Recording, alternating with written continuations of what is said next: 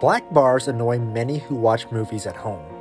Why do black bars exist if the television is already in widescreen? Why do some movies fill up the entire screen while others look squished? Even more strange is when older movies and TV shows have black bars on the sides. To confuse moviegoers even more, some movies today still come in a boxy shape with black bars on the side, such as Zack Snyder's Justice League. Image proportions on screen are called screen ratios, and in this video, we'll answer why movies and TV shows look the way they do.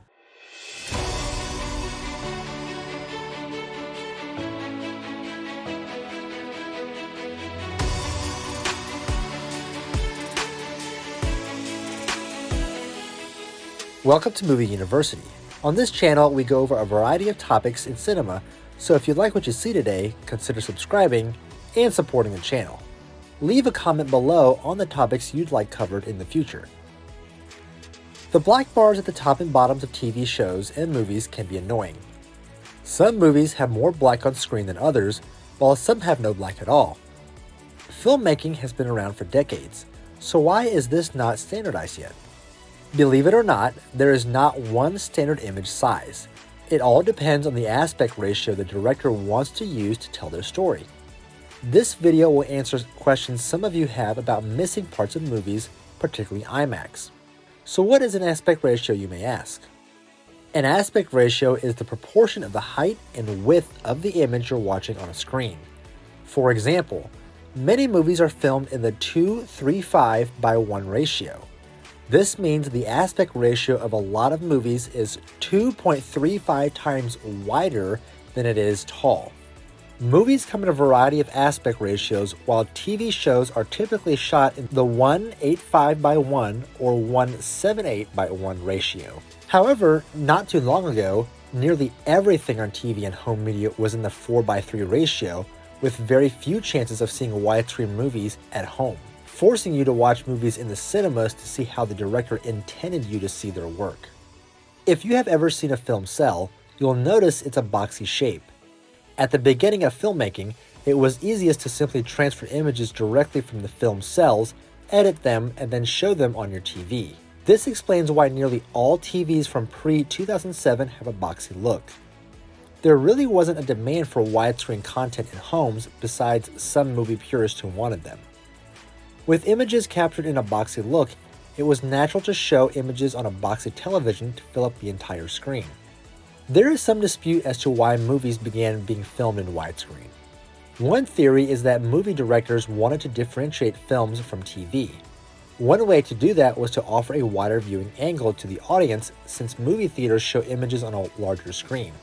However, the most commonly accepted theory is that movie directors came to the conclusion that you don't see the world in a box view. You naturally see the world in widescreen because your eyes are next to each other. The first known recording in widescreen is the Corbett-Fitzsimmons boxing match in Carson City, Nevada in 1897. At the time, it was the longest film at 100 minutes long, and it was shot in an aspect ratio of 1:6:5:1. The widest movie to ever be filmed was Napoleon in 1929. It employed a 4:1 screen ratio. As no cameras shoot that wide, director Abel Gance put 3 4:3 cameras next to each other to capture the climax of the movie. In that same year, the first attempt at standardizing the format took place when all major US studios agreed to a 1:3:3:1 aspect ratio. In 1932, the Academy of Motion Picture Arts and Sciences and the Society of Motion Picture Engineers finalized the aspect ratio for 35mm film. This new film standard, set at 1:37:1, was labeled as the Academy ratio. All films were shot in this ratio until 1952.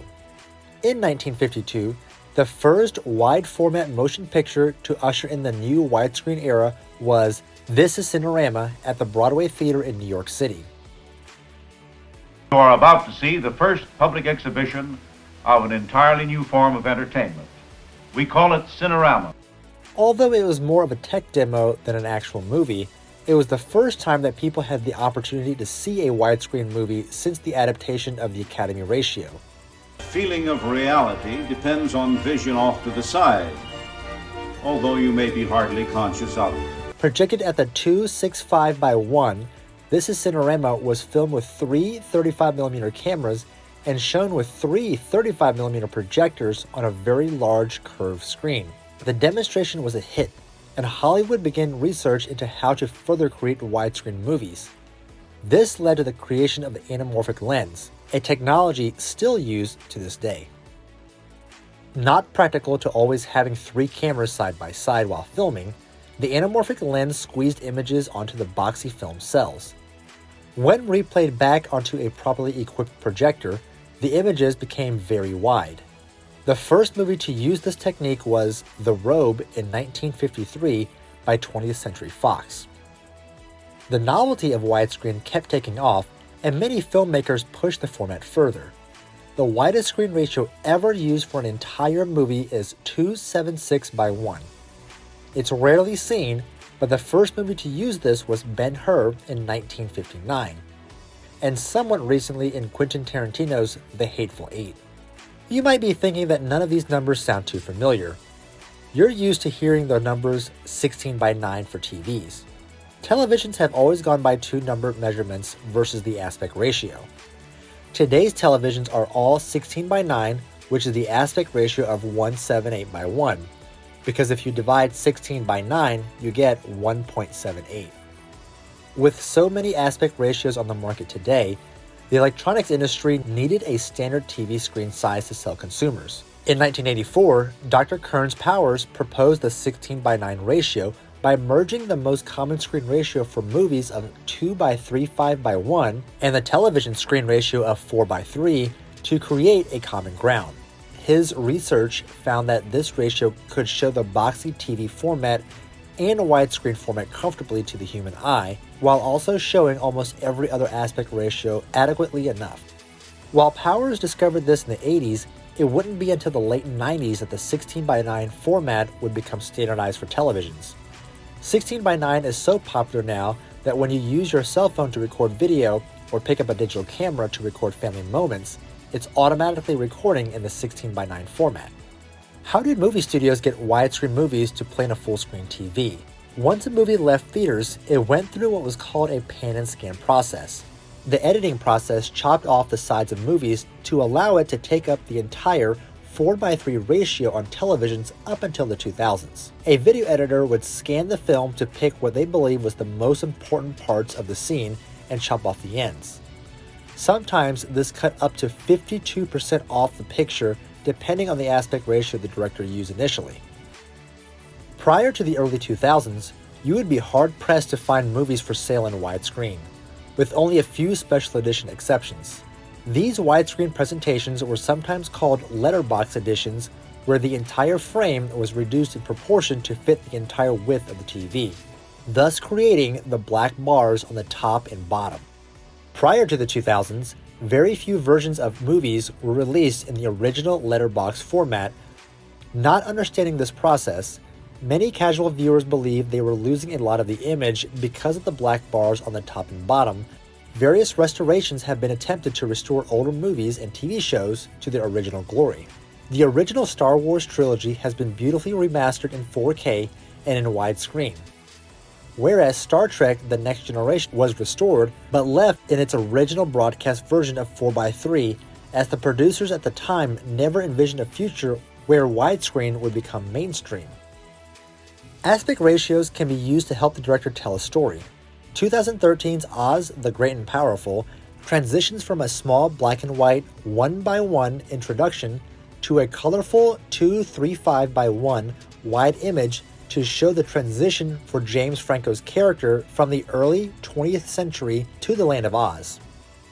Sometimes directors will use aspect ratios even more subtly. 2013's The Hunger Games: Catching Fire, director Francis Lawrence used the screen ratio change from smaller frame 35mm film cameras to IMAX cameras to his advantage. We see this when Katniss is entering the arena. As she's moving up the elevator to the competition ring, the screen switches from black bars on the top and bottom to full-frame IMAX, allowing the viewer to subconsciously understand she is about to enter an overwhelming combat environment. Unfortunately, this effect is lost at home. In an IMAX film theater, the image would have been much taller than just a few inches of growth seen on your home TV. IMAX is known for its big screens, with its film cameras capturing high-resolution images on big film cells. IMAX's large film format of 143x1 is very wide and very tall on a very high-resolution film cell, allowing filmmakers like Christopher Nolan to tell very visceral stories as seen in Dunkirk. Movies like Dunkirk are the reason why it's so important to still catch movies in theaters to get the full impact of a very large image, as that cannot be replicated on a TV at home, no matter how big the TV is. Because of the cost associated with IMAX film, the movie's budget wouldn't allow Nolan to shoot entirely in the 143x1 IMAX film format. Instead, he was forced to switch to 239 for 40% of the movie that does not use IMAX film. For home viewing, the tall IMAX scenes are chopped down from the original 143x1 to 178x1. This results in the entire television screen being used.